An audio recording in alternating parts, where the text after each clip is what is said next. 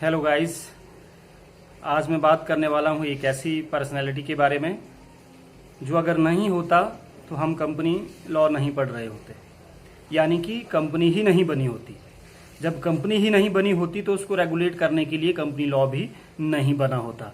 जी हाँ, मैं बात करना चाह रहा हूँ प्रमोटर, प्रवर्तक की। ये वो व्यक्ति है जिसके मन में कंपनी को शुरू करने का ख्याल आता है। उस ख्याल को ये पूरा करने के लिए डिफरेंट टाइप्स की जो है फॉर्मेलिटीज पूरी करता है, चाहे वो लीगल फॉर्मेलिटीज हो, चाहे वो फाइनेंशियल फॉर्मेलिटीज हो, और किसी भी तरह की यानी कि तमाम फॉर्मेलिटीज को पूरा करता है और अंत में जो है एक कंपनी को जो है उसकी रियल शक्ल देता है। तो ये जो काम जो व्यक्ति करता है, आज हम उसके बारे में डिटेल से डिस्कस करने वाले हैं। ये बहुत ही महत्वपूर्ण है क्योंकि ये हमारे जो है कंपनी का फॉर्मेशन का पार्ट है। फॉर्मेशन और इनकॉर्पोरेशन में डिफरेंस रहता है। इनकॉर्पोरेशन बोलते हैं उसका सम्मिलन और रजिस्ट्रेशन को, और फॉर्मेशन मींस बिफोर, उसके निर्माण से पहले की जितनी की भी कार्रवाई है, जितनी भी फॉर्मेलिटीज है, कामकाज है, उसको हम फॉर्मेशन करते हैं। और फॉर्मेशन ऑफ कंपनी में जो रोल रहता है वो रहता है प्रवर्तक का। तो आज हम उसी व्यक्ति के बारे में जो है डिटेल्ड में शुरू करने वाले हैं। आपने वीडियो अंत तक देखना है क्योंकि प्रमोटर बहुत महत्वपूर्ण है। अगर आपको प्रमोटर ही नहीं आया तो कंपनी एक्ट को समझना मुश्किल हो जाएगा। और प्रमोटर जो एक वर्ड है, प्रमोटर जो एक पर्सनैलिटी है, वो कंपनी लॉ में, company form of business organization में बहुत ही इंपॉर्टेंट है। तो अंत तक आपने ये वीडियो देखना है ताकि आपको जो है इस बहुत ही एक इंपॉर्टेंट पर्सनैलिटीज के बारे में जो है फुल नॉलेज, यानी कि एक कॉन्फिडेंशियल नॉलेज आप तक आ जाए। तो आइए गाइज शुरू करते हैं।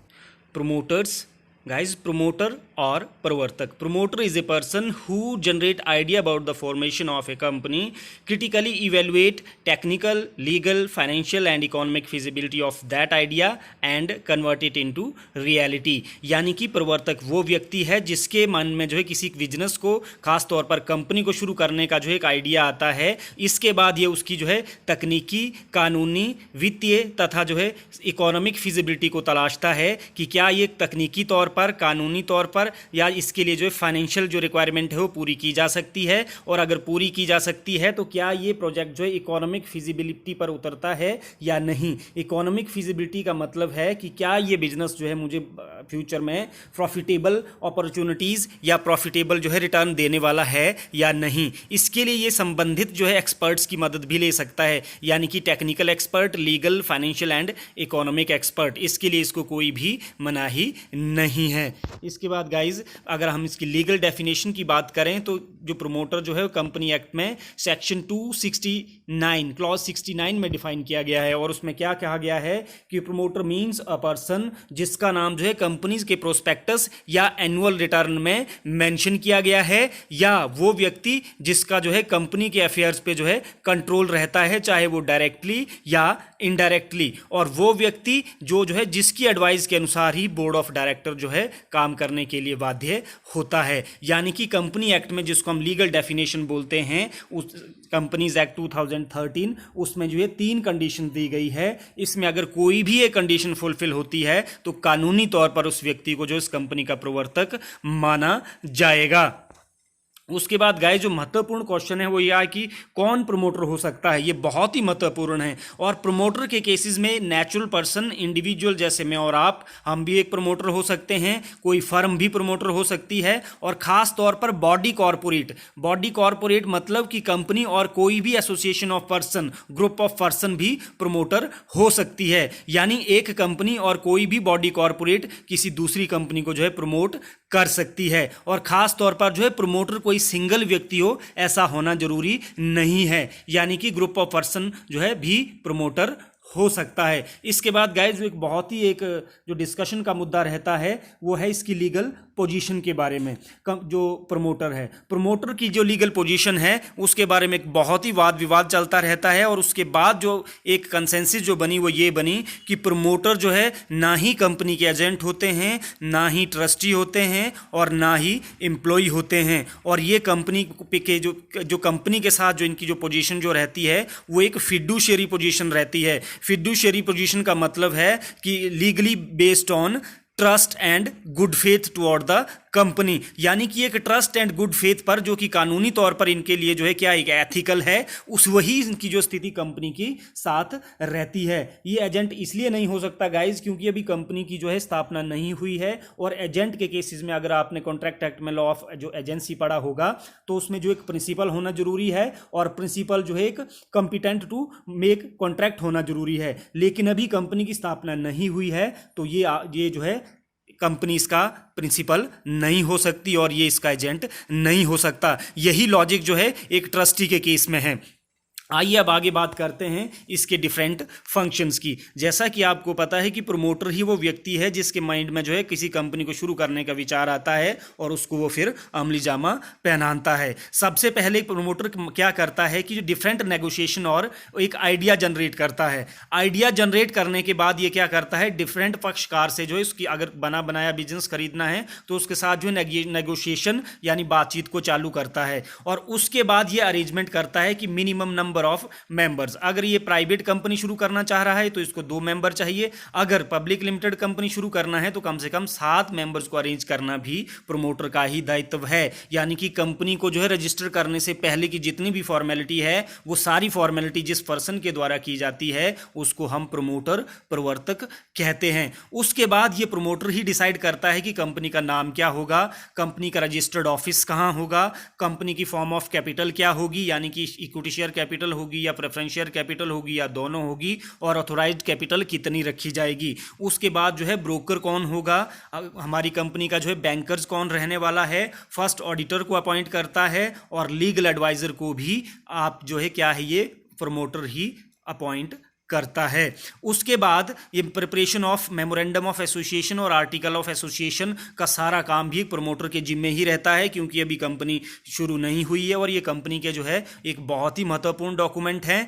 उसके बाद ये जितनी भी प्रिलिमिनरी कॉन्ट्रैक्ट है वो भी कौन करता है, कंपनी की तरफ से जो है प्रिलिमिनरी कॉन्ट्रैक्ट करने की जो पावर किसके पास रहती है, प्रमोटर के पास ही रहती है। और इसके बाद जितनी भी अरेंजमेंट्स है प्रोस्पेक्टस को बनाने की in case of first prospectus, वो सारी की सारी जिम्मेवारी भी प्रमोटर के पास ही रहती है। और उसके बाद जो मिनिमम एलिजिबिलिटी शेयर्स जो एक डायरेक्टर के लिए चाहिए होते हैं और अरेंजमेंट ऑफ मिनिमम सब्सक्रिप्शन, ये काम भी प्रमोटर का ही रहता है। तो गाइज ये बहुत ही महत्वपूर्ण काम है। इस सब काम के बिना आप कंपनी की फॉर्मेशन नहीं कर सकते। फॉर्मेशन से मतलब है कि आपने जो है कंपनी की रजिस्ट्रेशन तक की जितनी भी लीगैलिटी है, जितनी भी फॉर्मेलिटीज है, उसको पूरा करना है। अभी तक कंपनी रजिस्टर्ड नहीं हुई है। जब कंपनी रजिस्टर्ड हो जाती है तो फॉर्मेशन ऑफ कंपनी की जगह हम क्या बोलते हैं, रजिस्ट्रेशन और इनकॉर्पोरेशन ऑफ कंपनी। तो फॉर्मेशन और इनकॉर्पोरेशन में डिफरेंस रहता है।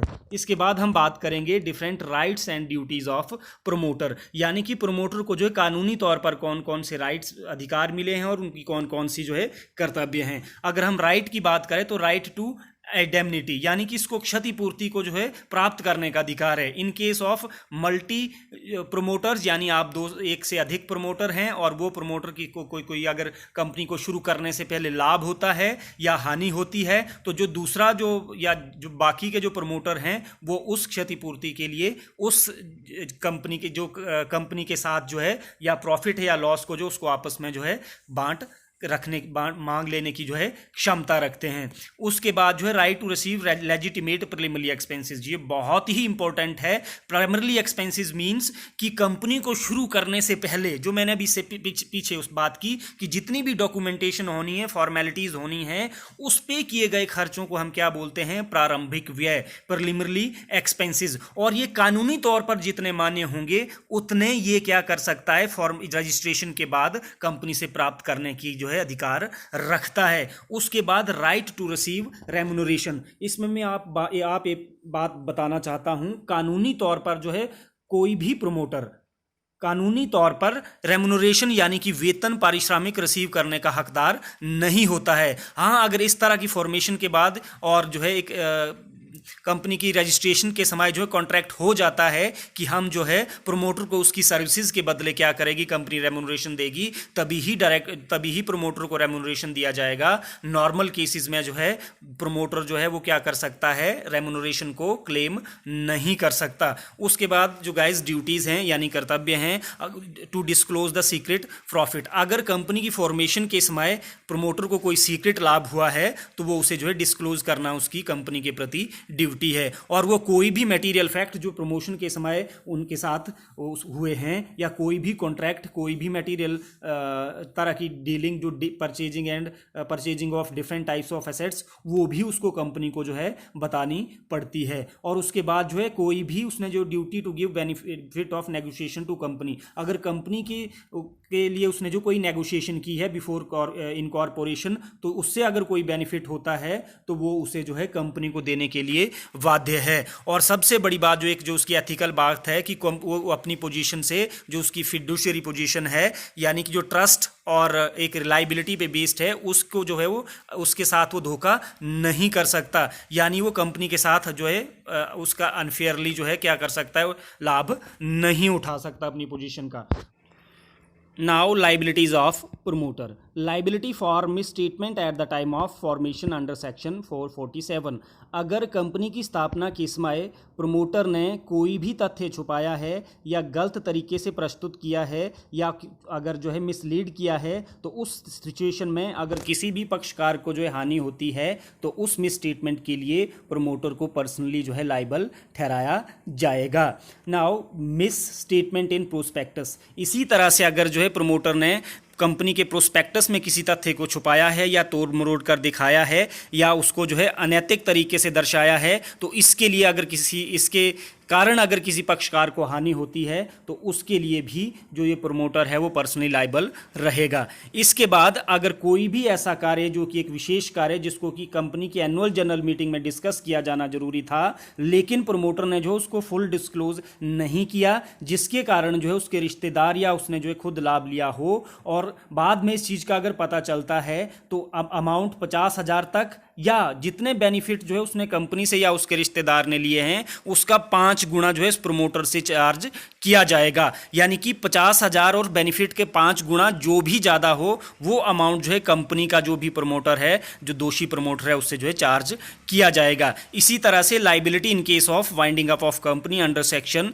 300। अगर कंपनी की वाइंडिंग अप के समय ऑफिशियल लिक्विडेटर वो व्यक्ति होता है जो कंपनी की वाइंडिंग अप का जो है सारा कामकाज देख रहा होता है और जिसके पास जो है कंपनी एक्ट के द्वारा जो है सारी शक्तियां प्रदान की गई होती है कि कंपनी के समापन के समय वो सारी चीज़ों को कानूनी तौर पर चेक करे और उसका जो है निपटारा करे। अगर उस व्यक्ति को पता लगता है कि कंपनी की स्थापना के समय अगर ऑडिटर ने जो है कोई भी अगर फॉर्मेलिटीज़ में मिसस्टेट किया था या कोई अनैतिक कार्य किया था या कोई झूठा वहां पर विवरण दिया था जिससे कंपनी को जो है या किसी भी पक्षकार को जो है कंपनी के कार्यकाल में हानि हुई है, तो उसके कारण अगर उसके लिए वो जो प्रमोटर है वो लाइबल रहेगा पब्लिक एग्जामिनेशन के लिए, यानी कि उस पर जो है कोई भी सार्वजनिक जो व्यक्ति है, कोई भी व्यक्ति संबंधित पक्षकार जिसको हानि होती है वो उसको जो उत्तरदायी ठहरा सकता है। इसी तरह से गिल्टी ऑफ मिसफिसेंस यानी कि विश्वासघात, retained property of the company की प्रॉपर्टी को अपने पास रखना और breach of trust in relation to company और कंपनी के संबंध में जो है